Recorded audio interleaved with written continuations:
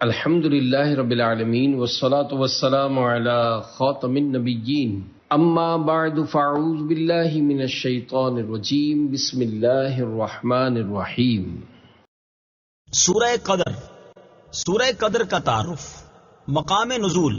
سورہ قدر مدنیہ ہے اور ایک قول یہ ہے کہ مکیہ ہے۔ آیات، کلمات اور حروف کی تعداد، اس صورت میں ایک رکوع، 5 آیتیں، 30 کلمے اور 112 حروف ہیں۔ قدر نام رکھنے کی وجہ، قدر کے بہت سے معنی ہیں، البتہ یہاں قدر سے عظمت و شرافت مراد ہے، اور چونکہ اس صورت میں لیلۃ القدر کی شان بیان کی گئی ہے، اس مناسبت سے اسے سورہ قدر کہتے ہیں۔ سورہ قدر کے مضامین، اس صورت میں قرآن مجید نازل ہونے کے ابتدائی زمانے کے بارے میں بتایا گیا، اور جس رات میں قرآن مجید نازل ہوا اس کی فضیلت بیان کی گئی کہ یہ رات 1000 مہینوں سے بہتر ہے۔ اس رات میں فرشتے اور حضرت جبریل علیہ السلام اللہ تعالیٰ کے حکم سے اترتے ہیں، اور یہ رات صبح طلوع ہونے تک سراسر سلامتی والی ہے۔ سورہ علق کے ساتھ مناسبت، سورہ قدر کی اپنے سے ماں قبل سورت علق کے ساتھ مناسبت یہ ہے کہ سورہ علق میں اللہ تعالیٰ نے نبی اکرم صلی اللہ تعالیٰ علیہ وآلہ وسلم سے فرمایا تھا کہ آپ اپنے رب عز و جل کے نام سے قرآن پڑھیے جس نے پیدا کیا، اور اس صورت میں قرآن مجید نازل ہونے کی ابتدا کا زمانہ بتایا گیا کہ اسے عظمت و شرافت والی رات لیلۃ القدر میں نازل کیا گیا۔ بسم اللہ الرحمن الرحیم۔ ترجمہ، اللہ کے نام سے شروع جو نہایت مہربان رحمت والا ہے۔ انا انزلناہ فی لیلۃ القدر۔ ترجمہ، بے شک ہم نے اس قرآن کو شب قدر میں نازل کیا۔ انا انزلناہ فی لیلۃ القدر۔ بے شک ہم نے اس قرآن کو شب قدر میں نازل کیا۔ تفسیر صراط الجنان میں ہے، یعنی بے شک ہم نے اس قرآن مجید کو لوح محفوظ سے آسمان دنیا کی طرف یک بارگی شب قدر میں نازل کیا۔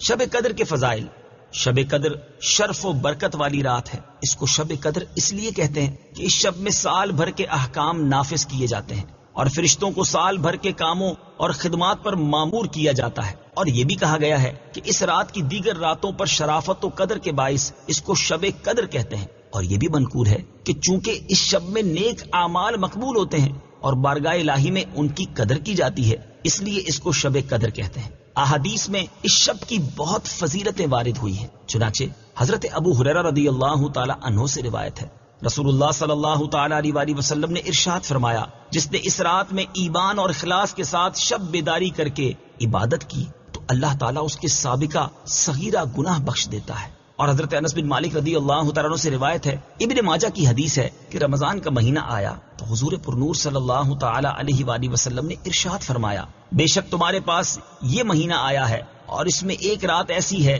جو 1000 مہینوں سے بہتر ہے۔ جو شخص اس رات سے محروم رہ گیا وہ تمام نیکیوں سے محروم رہا، اور محروم وہی رہے گا جس کی قسمت میں محرومی ہے۔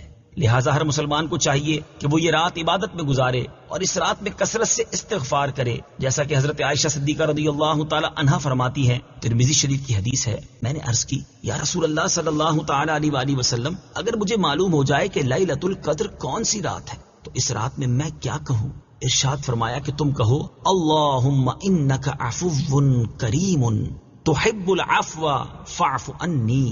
اے اللہ، بے شک تو معاف فرمانے والا، کرم کرنے والا ہے، تو معاف کرنے کو پسند فرماتا ہے تو میرے گناہوں کو بھی معاف فرما دے۔ نیز آپ رضی اللہ تعالی عنہا فرماتی ہیں، اگر مجھے یہ معلوم ہو جائے کہ کون سی رات لیلۃ القدر ہے تو میں اس رات میں یہ دعا بکثرت مانگوں گی، اے اللہ، میں تجھ سے مغفرت اور عافیت کا سوال کرتی ہوں۔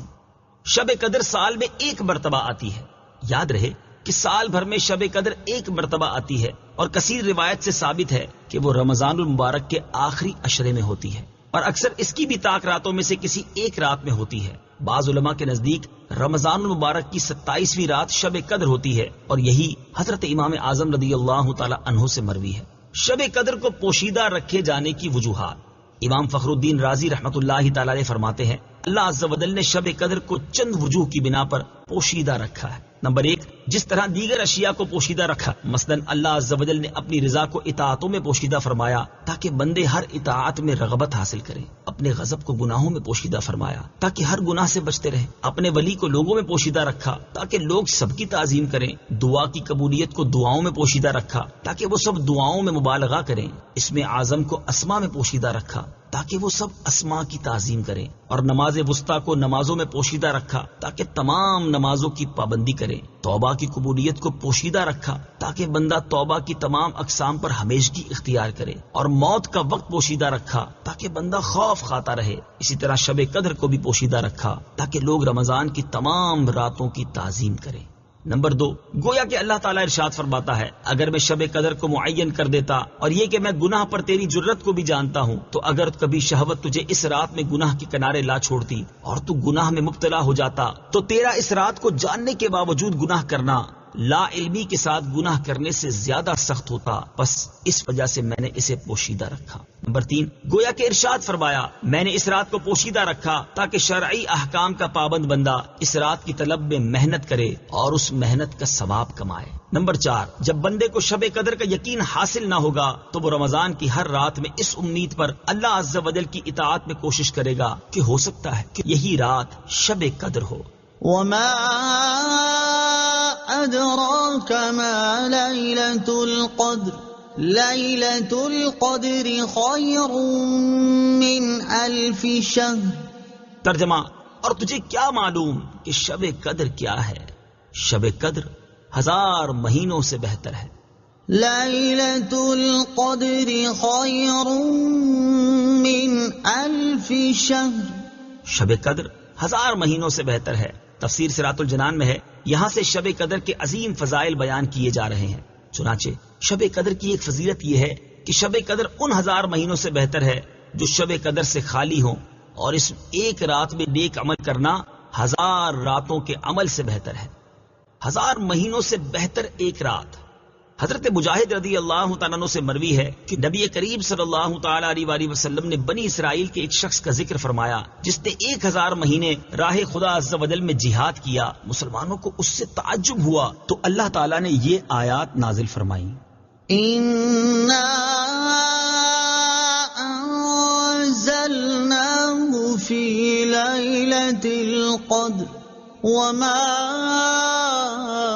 أَدْرَاكَ مَا لَيْلَةُ الْقَدْرِ لَيْلَةُ الْقَدْرِ خَيْرٌ مِّنْ 1000 شَهْرٍ۔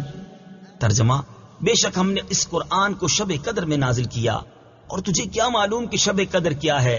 شب قدر 1000 مہینوں سے بہتر ہے۔ حضرت انس بن مالک رضی اللہ تعالیٰ عنہ سے روایت ہے، رسول کریم صلی اللہ تعالیٰ علیہ وسلم نے ارشاد فرمایا اللہ تعالیٰ نے میری امت کو شب قدر کا تحفہ عطا فرمایا، اور ان سے پہلے اور کسی کو یہ رات عطا نہیں فرمائی۔ مفتی نعیم الدین مراد آبادی علیہ رحمت اللہ الہادی فرماتے ہیں یہ اللہ تعالیٰ کا اپنے حبیب صلی اللہ تعالیٰ علیہ وآلہ وسلم پر کرم ہے کہ آپ کے امتی شب قدر کی ایک رات عبادت کریں تو ان کا ثواب پچھلی امت کے 1000 ماہ عبادت کرنے والوں سے زیادہ ہو۔ اور مفتی احمد یار خان نعیمی رحمت اللہ تعالیٰ علیہ فرماتے ہیں اس آیت سے 2 فائدے حاصل ہوئے۔ ایک یہ کہ بزرگ چیزوں سے نسبت بڑی ہی مفید ہے کہ شب قدر کی یہ فضیلت قرآن کی نسبت سے ہے۔ اصحاب کہف کے کتے کو ان بزرگوں سے منسوب ہو کر دائمی زندگی عزت نصیب ہوئی۔ دوسرا یہ کہ تمام آسمانی کتابوں سے قرآن شریف افضل ہے کیونکہ تورات و انجیل کی تاریخ نزول کو یہ عظمت نہ ملی۔ تنزل الملائكة والروح فيها بإذن ربهم من كل أمر سلام هي حتى مطلع الفجر۔ ترجمہ، اس رات میں فرشتے اور جبرائیل اپنے رب کے حکم سے ہر کام کے لیے اترتے ہیں۔ یہ رات صبح طلوع ہونے تک سلامتی ہے۔ تنزل الملائكة والروح فيها، اس میں فرشتے اور جبرائیل اترتے ہیں۔ تفسیر صراط الجنان میں ہے شب قدر کی دوسری فضیلت یہ ہے کہ اس رات میں فرشتے اور حضرت جبرائیل علیہ السلام اپنے رب عز و جل کے حکم سے ہر اس کام کے لیے جو اللہ نے اس سال کے لیے مقرر فرمایا ہے آسمان سے زمین کی طرف اترتے ہیں، اور جو بندہ کھڑا یا بیٹھا اللہ تعالیٰ کی یاد میں مشغول ہوتا ہے اسے سلام کرتے ہیں اور اس کے حق میں دعا و استغفار کرتے ہیں. اور حضرت انس رضی اللہ تعالیٰ عنہ سے روایت ہے رسول اللہ صلی اللہ تعالیٰ علیہ وسلم نے ارشاد فرمایا جب شب قدر ہوتی ہے تو حضرت جبرائیل فرشتوں کی جماعت میں اترتے ہیں اور ہر اس کھڑے بیٹھے بندے کو دعائیں دیتے ہیں جو اللہ تعالیٰ کا ذکر کر رہا ہو. سلام ہی حتی مطلع الفجر. یہ رات صبح طلوع ہونے تک سلامتی ہے. تفسیر صراط الجنان میں ہے شب قدر کی تیسری فضیلت یہ ہے کہ یہ رات صبح طلوع ہونے تک سراسر بلاؤں اور آفتوں سے سلامتی والی ہے. اللہ تعالیٰ سے دعا ہے کہ اس تفسیر کو عوام اور خواص سبھی مسلمانوں کے لیے نفع بخش اور فائدہ مند بنائے اور اسے مسلمانوں کی اعتقادی، علمی اور عملی اصلاح کا بہترین ذریعہ بنائے. اور اس کے صدقے میرے والدین، میرے عزیز رشتہ داروں، اساتذہ کرام، دوست احباب، دیگر متعلقین اور معاونین کی بے حساب بخشش و مغفرت فرمائے. آمین ثم آمین. صدق اللہ العظیم.